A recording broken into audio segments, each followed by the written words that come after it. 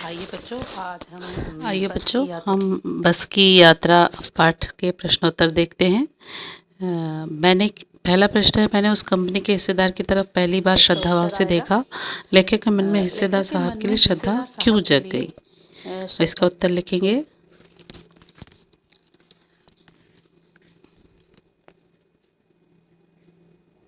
लेखक के मन में हिस्सेदार साहब के लिए श्रद्धा इसलिए जग गई कि वह टायर की स्थिति से परिचित होने के बाद भी बस को चलाना चाह रहा, उसकी हिम्मत कर रहा था, अपनी बस की प्रशंसा कर उसे चलाने का असफल प्रयास कर रहा था।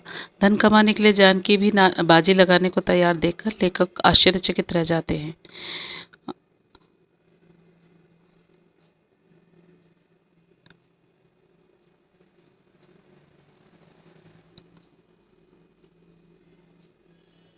इसके बाद आगे लिखना है।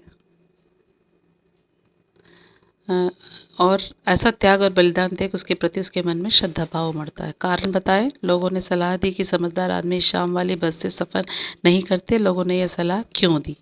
का उत्तर है, लोगों ने लेखक को यह सलाह इसलिए दी क्योंकि वे सब जानते थे कि बस की हालत बहुत ख़राब है और यह जगह जगह पर रुक जाती है। अतः इस बस पर विश्वास नहीं किया जा सकता क्योंकि कई बार घने जंगल में भी रुक जाती है जहाँ चोरी, डकैती और जान का जोखिम होता है। अगला भी प्रश्न कारण बताओ है। ऐसा जैसे सारी बस ही इंजन है और हम इंजन के भीतर बैठे हैं। लेखक को ऐसा क्यों लगा। लेखक इंजन के भीतर बैठे हैं। लेखक को ऐसा इसलिए लगा क्योंकि जैसे ही ड्राइवर ने बस स्टार्ट किया वैसे ही अ, पूरी बस जोर जोर से हिलने लगी और उसके साथ यात्री भी हिलने लगे। लेखक भी बस में बैठे थे और अन्य यात्रियों की तरह वह भी हिल रहे थे, जिससे उन्हें लगने लगा कि वो इंजन में ही बैठे हों, जैसे कि ये भी हिल रहा है ना। हाँ, चलिए इसके बाद नेक्स्ट देखते हैं।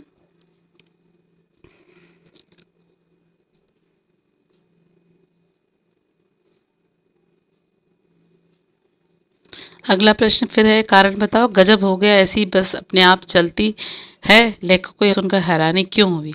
बस की स्थिति बहुत खराब थी। खिड़कियों से कांच गायब थे, जगह जगह टूटे टीन दिख रहे थे। बस स्टार्ट करने पर पूरी ज़मीन और बस कांपने लगती थी, जिसे देखकर लेखक को विश्वास नहीं हुआ कि यह बस चल भी सकती है। लेकिन बस के हिस्सेदार से जब लेखक ने पूछा कि बस चलेगी क्या, तो उन्होंने कहा, हाँ, ये तो अपने आप चलने लगेगी। चल अपने आप चलेगी। ये सुनकर लेखक हैरान रह गए। इसके बाद फिर वही है, कारण बताओ। मैं हर पेड़ को अपना दुश्मन समझ रहा था। लेखक पेड़ों को अपना दुश्मन क्यों समझ रहा था। इसका उत्तर अब हम लिखेंगे।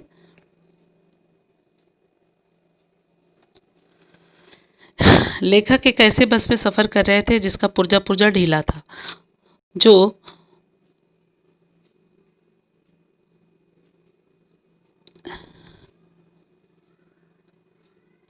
लेखक को डर लग रहा था कि चलते ही किसी से टकरा ना जाए। सड़क के किनारे देखा तो दहशत में आ गए क्योंकि सड़क के किनारे कतारबद्ध पेड़ खड़े थे, जिन्हें देखकर उन्हें लगता था कि पेड़ से बस तभी टकरा जाएगी। पेड़ आते ही आंखें मूंद बंद कर लेते और फिर अगले पेड़ का इंतजार करते।